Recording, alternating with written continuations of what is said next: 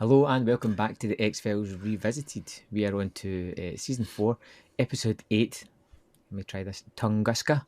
Is this episode? Tunguska. Is that right? Yeah. Yep, yeah. Tunguska. It did have an alternate title at one point. The Inept Misadventures of the X-Files Whipping Boy. But we shall get to Krychek later on. Yeah. Yeah. This is pretty Where does much this the one stand? episode. This is the episode where he pretty much got labelled as the X-Files whipping boy. I mean, I think it's fair to understand why. So what about this one? Where does it stand in the legacy of the X-Files, Brian? Well, first and foremost, it is a conspiracy episode. It is part of the mythology. So, right there, diehard fans, are probably going to rate this a little bit higher than average, as we learned with Herrenvolk at the beginning of this season. But I think this one's fairly highly regarded. I think, as you've just pointed out, Krychek is in this, so that instantly earns it several brownie points. I think, yeah. Conspiracy episodes, mythology episodes, they're quite well regarded. I think even more so when Krychek pops up in them. That might just be me, I don't know. So Yeah. Okay, so are we going to guess the placing on IMDb? yeah. So out of the 217 episodes on IMDb, where would you guess that this ranks? See, it's never where I would place it. It's where I'm guessing people would place it. And I'm going to go for number 78. Wrong. It's number 36. Wow. You thought I was going to say 3 then, didn't you? Well, even 30 was surprising. Yeah. 36. Wow. There you go. Okay. Is that it? Have you shown your hand there? No, possibly. Not as high.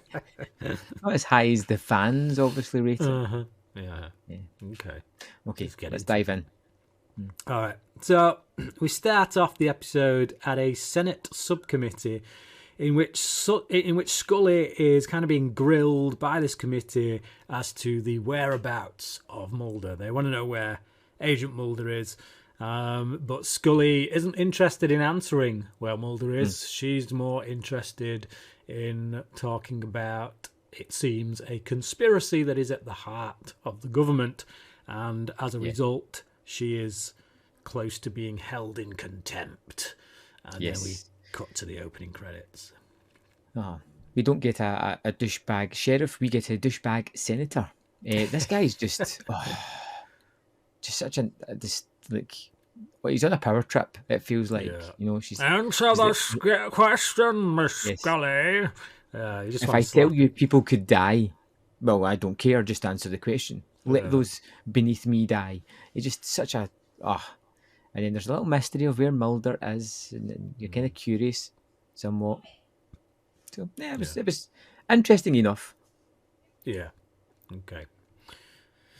I think of the season openers that we've had this season in particular, it's certainly not the worst. The Field of Red. No. But it's not the best, which I think is Home. I think so far that just had everything going on in it. But yeah, okay. So we have the opening credits, and then we go to Honolulu Airport, where a diplomatic visa means nothing, apparently. Diplomatic immunity. Yes. I was going to get there. Diplomatic immunity. Yeah, like I cannot see anything in movies regarding diplomats and diplomatic pouches or anything like that without thinking of Lethal Weapon 2. But yeah, there's a diplomat there. He's got the it doesn't work. So the security guard at the airport, he's seen Lethal Weapon 2. It pissed him off. He's not going to take it. So he straps on the rubber gloves and takes the guy around the back. And he's like, it's really going to go to town on this guy. But yeah, How much does one man have to scream before he's let out? Is my question. I mean, that's good, but I thought the guy who was just opening stuff was hilarious, because it's just like, what's in this canister? Well, I'll just unscrew it. And it's like, I'll ignore the man screaming, trying to flee the room. I'm going to pull this out. Oh, butterfingers. And it's the way he just stares down at it as well. He sees these little black oil worms making their way to his feet. And all he does is just kind of wiggle his feet as if he's going to like... Yeah. I would be running the hell out of there. Like, all you would see is dust. Lockdown, that crazy-ass dude has brought something through customs that clearly shouldn't be coming through customs. But yeah, so the guy who's brought it through customs, the diplomat, he's just screaming. Absolutely screaming the place down and banging on the door, and no one comes, and it's just like, is this really? Usual? Yeah, it's normal. I think because he went in there with the rubber gloves on, they just assume, oh yeah, he's gone deep. He's gone in there deep, a little too deep. Okay. There's people. I wish I'd cut it outside to two people just going like, oh. That's two fingers. Okay, so we go from there to a sting operation in which someone has leaked receipts to Mulder. So the FBI SWAT team tool up, and they basically raid this place. There's a bit of a chase in a van. The van gets Mulder shoots out the tires. It seems to me that Mulder, as the action hero, is only ever effective as an action hero when he's up against Krycek. Yeah. Like, if this was any other random thug of the week, Mulder would be getting his ass handed to him. Because it's Krycek. It's like, you know how Superman is like kryptonite as his weakness? It's like the opposite here. Krycek is the only thing he can defeat. Like, Mulder must be like, fantastic, at long last. I've got pent up aggression and I've got someone to take it out on. Now, I had a thing about this sequence, which that little thing that I just couldn't stop wondering about. Like, we see this raid, the van tears off, and the only two people that go after the van are Mulder and Scully. Yeah. Like, nobody else, they're just like, it's too far away. Let's just go and with these guys. It's just weird that there's nobody else appears. Just like, let them go, and then it turns out to be surprise Krycek. Yeah, Krycek is in the van, so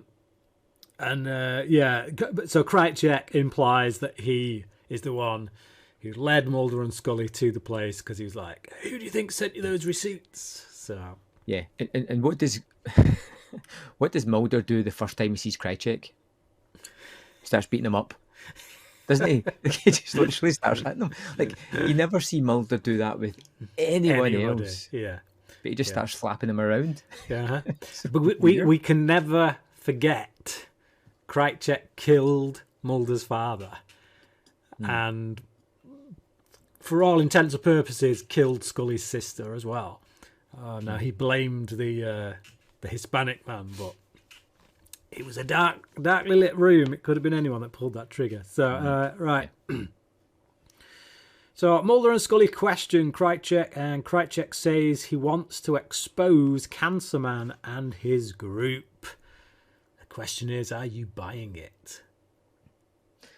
When it comes to Krycek, never. Never. I'm sure they're involved at this point, but I just don't know to what extent. You get a feeling that there's going to be lots of smoke and mirrors in this episode, or I did when I'm watching it. Trust no one, literally here. Yeah, I clearly Krycek is going to have a beef with Cancer Man at this point, because obviously last time we saw him, Cancer Man left him locked in that missile silo. So yeah, but how the hell he got out, I would love to know. Well, I think it was the guys. I think this terrorist group, I think Krycek was telling the truth, and they found him, because obviously we'll get to a scene. Well, I'll leave that for next episode because it's in next episode. So Okay. I won't go into that just yet. But yeah, because Krychek obviously he tells them at one point in this episode that he was liberated from the missile silo by the team. Well, I think it was this. It's in this interrogation scene. But yeah. So. So Krychek leads them to an airport to intercept a man carrying a diplomatic pouch. Another diplomatic pouch guy. This time with a rock inside. Yeah. So Mulder and Scully aren't impressed. They basically go on this chase for this guy.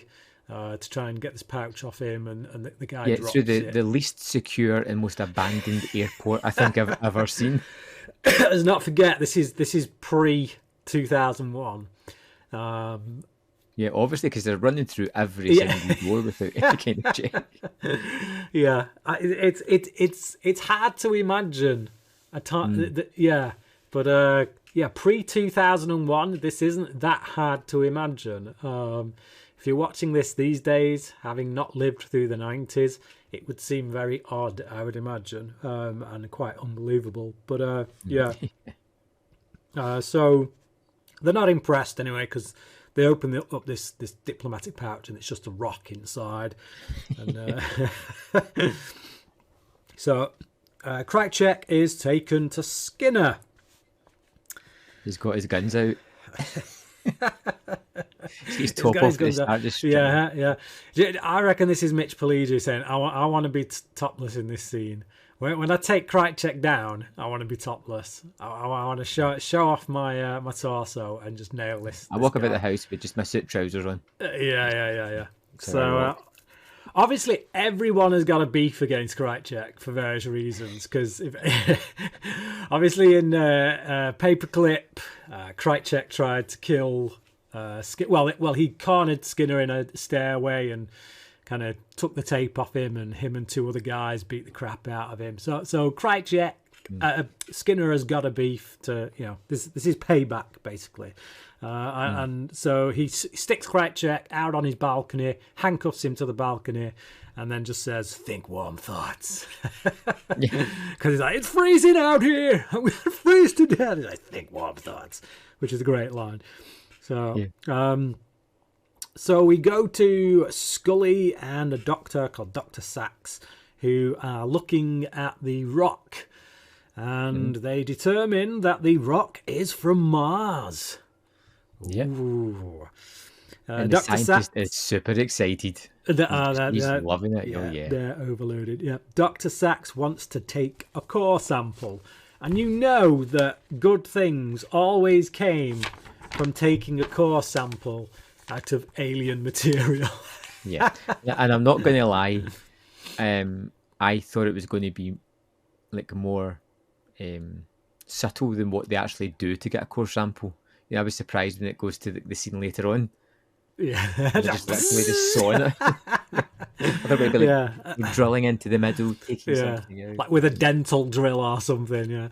Yeah. So just something out of like home base.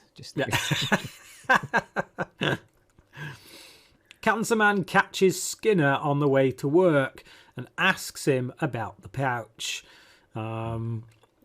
Skinner looks rather shiftily at him and kind of dodges the question.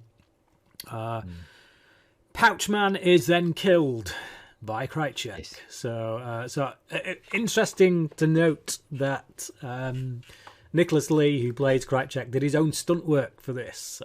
They couldn't quite make it look good if they had him stood on a ledge. If they had like a platform for him to stand on, so he literally handcuffed himself to the ledge and got over the side so that they could get that aerial shot of when it goes over. Right. So wow, good for him.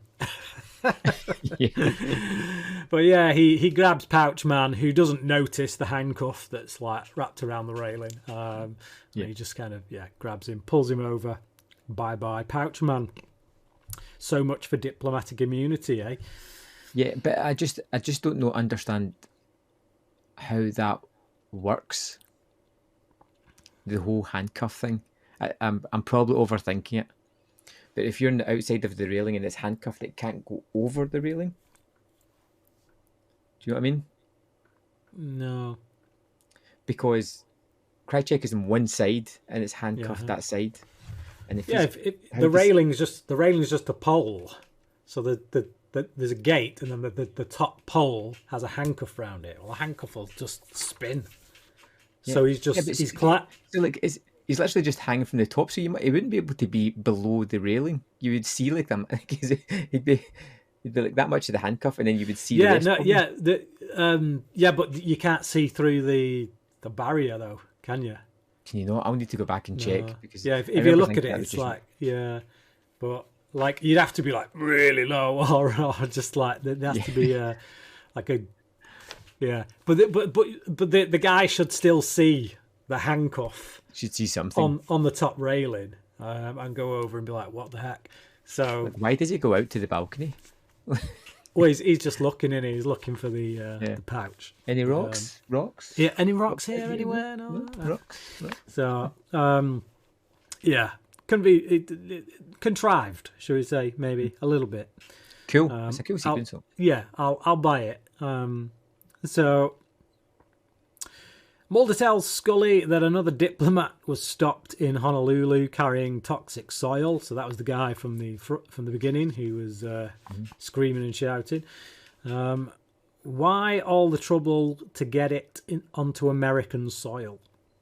Scully worries how far Mulder is willing to go on the word of Krychek. So yeah, it is true that he's kind of chasing all these leads that have been given him by the person that, quite frankly, they shouldn't trust any more than they trust Cancer Man. Yeah, but he's pushing all the right buttons, but he also knows which buttons to push for Mulder as well. It's that compulsion, the obsession. Yeah, he knows he probably shouldn't, but he can't help himself. So the Doctor cuts the rock and gets wormed. He basically cuts a rock, this bit of oil kind of stuff just spurts out at him, and these little worms kind of burrow through his suit and get into him, and it's lovely. Yeah. Skinner calls Mulder about the dead man outside his building. Mulder tells Scully to look into the rock. So it's very... There's a lot of scenes here where it's like there's not a right lot to talk about because it's just fast paced. It's just like this bit of action, that bit of action, this bit of action. And, as is often the case with a mythology episode, you get points where it's just like it's zipping all over the place because stuff's just kicking off all over the show. So Skinner calls Mulder about the dead body, and Mulder tells Scully to look into the rock. Skinner is being questioned when Mulder sneaks in and pulls out Krychek, who tells him to follow the pouch. So...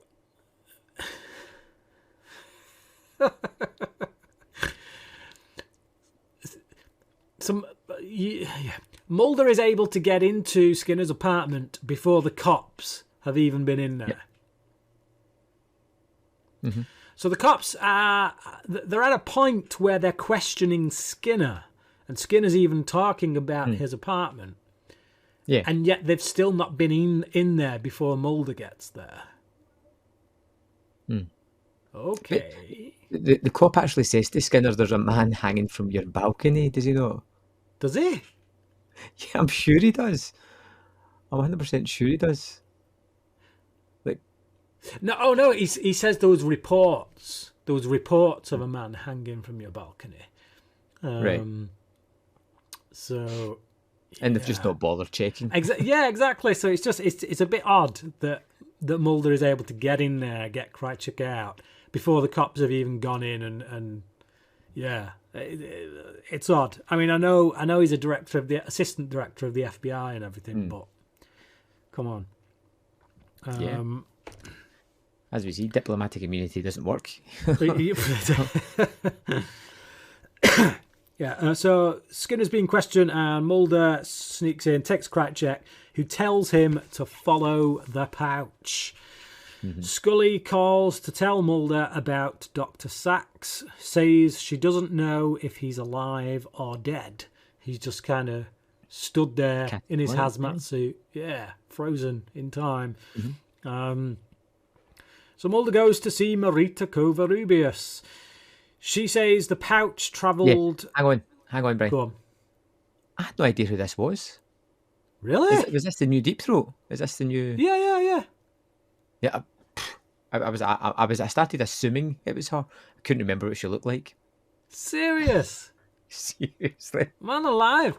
Okay, well, she's been in a couple of episodes now this season. Yeah. She was in Herrenvolk, and she was... I mean, admittedly, the other episode she was in was Teleco, which she shouldn't have been in. Yeah, she shouldn't have been in, quite frankly. The black guys getting turned into white guys. Okay. Yeah, right, that's why you don't remember it. That was Marita. So she says the pouch travelled to Krasniev. I don't know if I'm pronouncing that right, but Krasniev, yeah, just north of Tunguska. She gets him diplomatic flights, which at this point, quite frankly, don't mean jack. No. I'm worried for Mulder at this point. It feels like some operas behind this show. You get diplomatic immunity. You get diplomatic immunity. You get diplomatic immunity. Yeah. So Mulder punches Krycek because, he's not punched him in about 5 minutes. So basically they go to the airport and it's just like Mulder kind of pretends he's going to leave him there in the car, and he just kind of gives him a punch, walks off. And then Krycek speaks Russian to him. He shouts something at him in Russian, to which Mulder suddenly realises, well, this could be handy. Given that we're going to Tunguska in Russia, this could be handy, having someone who speaks Russian. Although, quite frankly, at this point, all the alarm bells should be going off. Because he's speaking Russian. Yeah. I know this dude is a rat, and now he's speaking Russian. Well, that's new information to me.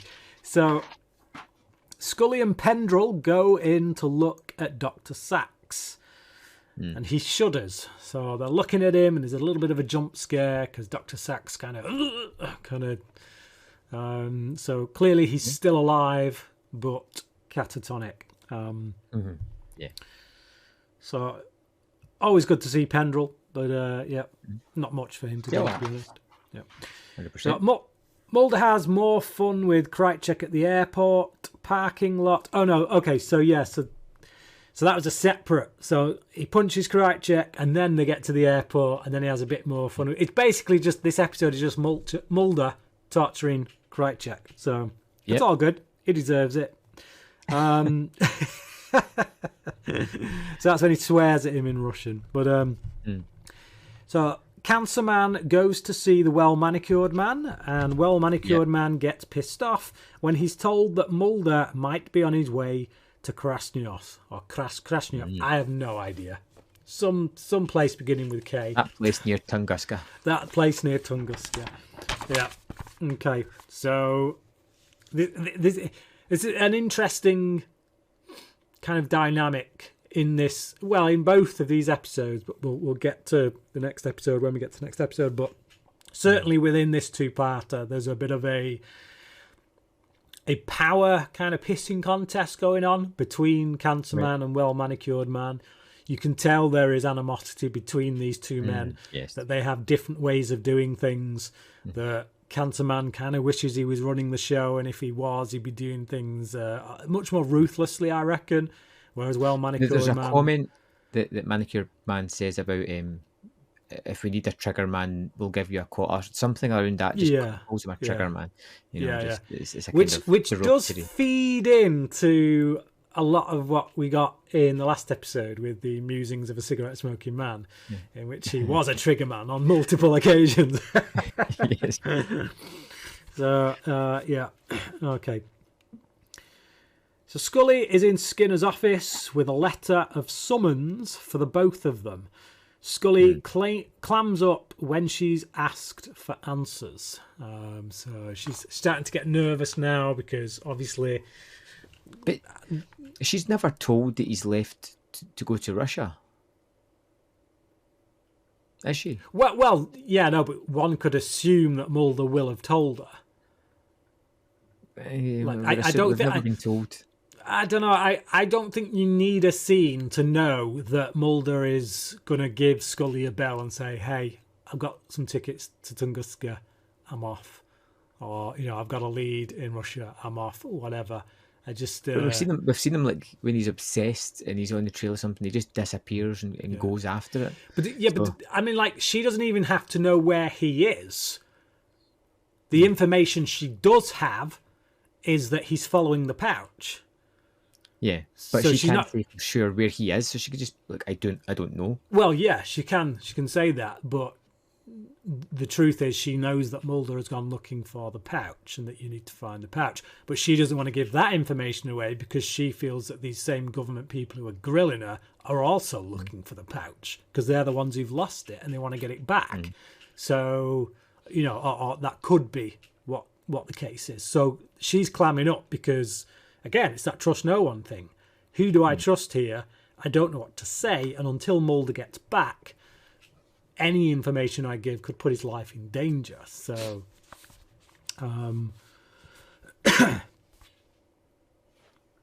so Mulder and Krycek hitch a lift. When they get out, Krycek wants to know why they are there in Tunguska. Mulder tells him about the supposed meteorite or comet that hit Tunguska. He thinks that is where the rock is from. He thinks that it's a nice little story. Yeah, it's just it doesn't feel like exposition. It just feels like a little folklore as they're traveling along. I kind of like that a little bit. Just a little bit of context to the area. Yeah, but it's based on truth as well, which is like I looked Tunguska up after seeing this episode way back, like ages ago, back when the internet was first coming. Google was just started. Oh, look at this Google thing. But I looked up Tunguska, and it is famous for having been hit by some comet or meteorite or whatever, and it destroyed tons of forestation, like kind of in the area. But yeah, so he thinks that obviously the people might have found rock there, and if so, if it's come from an alien world, it might very well have alien life in it. So they find a gulag, not to stereotype the Russians or anything, but yeah, you end up in Russia for 5 minutes, there's a gulag. Yep, and everything's grey. Yeah, everything's grey. Grey. Everyone's miserable. Nobody smiles. Yeah, okay. So they get chased by men on horseback.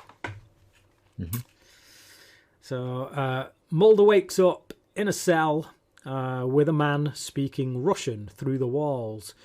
This man tells Mulder that all he will find here is death. Krycek is brought in, says he was interrogated and accused of being a spy. Mulder chokes him, just because, he's not done it for a few minutes. Yes. Krycek warns him not to touch him again. Like, this is the first time in the episode where Krycek literally kind of gets in Mulder's face and just before that, he's like, you need me here. Yeah. It changes that power dynamic, and then he said, but I do like the bit when they get captured and Mulder's getting whipped.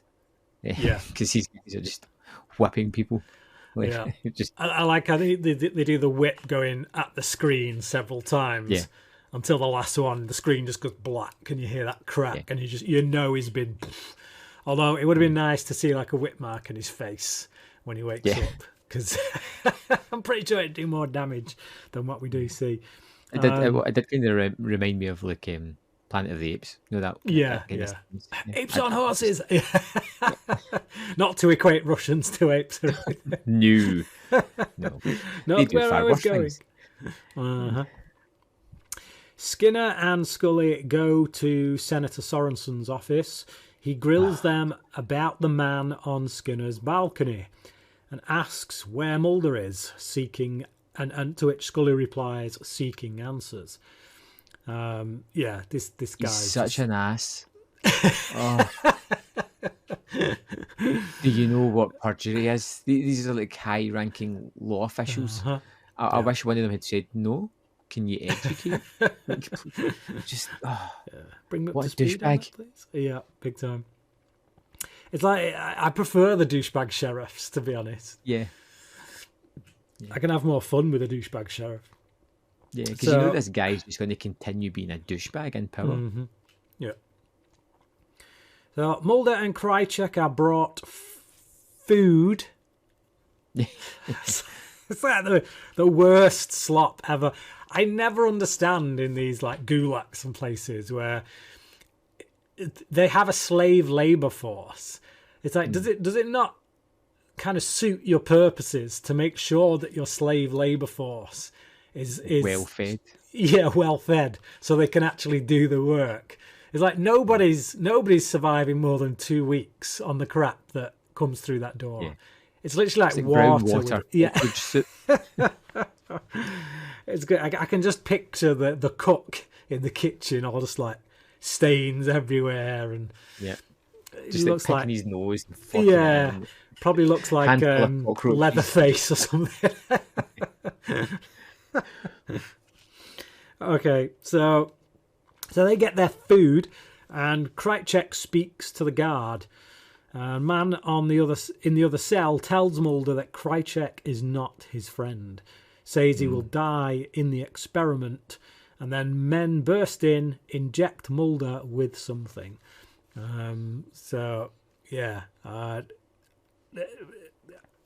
We get the final scene basically after that, which is that Mulder wakes up in a mesh wrap. Oil is poured onto his face, and then worms invade him through his nose and his eyes and his mouth, and it's Yucky. rather pleasant. It's icky. Like I kind of like this episode. For the most part, it's fun. It moves really quickly. It's pretty brisk, and there's a lot going on. There's some, you get some fun antagonists. The senator, I hate him, but I'm supposed to. He does his job. Krychek, you're borderline between distrusting him or feeling sorry for him. It's just because Mulder keeps beating him up. Scully, unfortunately, doesn't get as much to do this episode. Again, she's almost sidelined, for large parts of it, sitting in front of the Senate committee, going and checking on the rock. She's given almost menial tasks to get her out of the story because Mulder's away with his love interest for this episode. So we don't. It's just unfortunate, but for the most part, it's fun. I'm really curious as to where it's going. I have no idea. We've seen Mulder infected at the end of this, so I can only assume that he's going to be written out of the X-Files and somebody else will take over at this point. There's no way they can save him. But I guess we'll figure it out. But I think I'm kind of dithering on a score. I think I'm going to go 4 out of 5. Yeah, I think that's a fair score. That's what I'd give it. I think back in the day, back in my heyday of X-Files fandom, this would have been a 5 because, mythology, Krychek, action. Oh, yeah, it's just, there's a few things in the plot where it's not quite as gripping for me these days. I do love that Krychek has become Mulder's whipping boy. It makes for some amusement. But as you pointed out, I think quite purposefully, it does in a way make you sympathise with him. It's like the first few beatings he takes, it's like you deserve that. But it gets to a point where you're almost like, come on, Mulder, you're taking it a bit too far now, pal. But kill me, Dad. Keep that in your mind. It's just an action-packed episode. It just moves quick enough for you to not really pay attention to any kind of logic holes, which I feel like when you watch the second episode that there might be quite a few. Right. Okay. But as an episode in its own right, just on its own, as far as a setup goes, first part of a large story, it's got me. It's grabbed me. I want to see where it goes.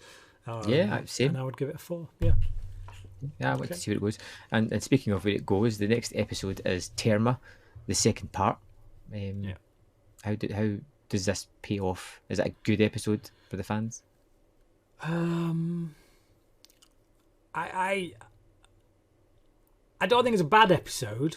I do think it's a good episode, solid. But I think there's a few things in it that just make it a little bit disappointing for me overall. So it's that thing where once you get the second part of a two-parter, you can kind of judge them both together, and it's no Colony and Endgame, and it's no Piper Maru Apocrypha, but I would take it over the last two-parter that we had, Heron Volk and Talitha Kumi. So yeah.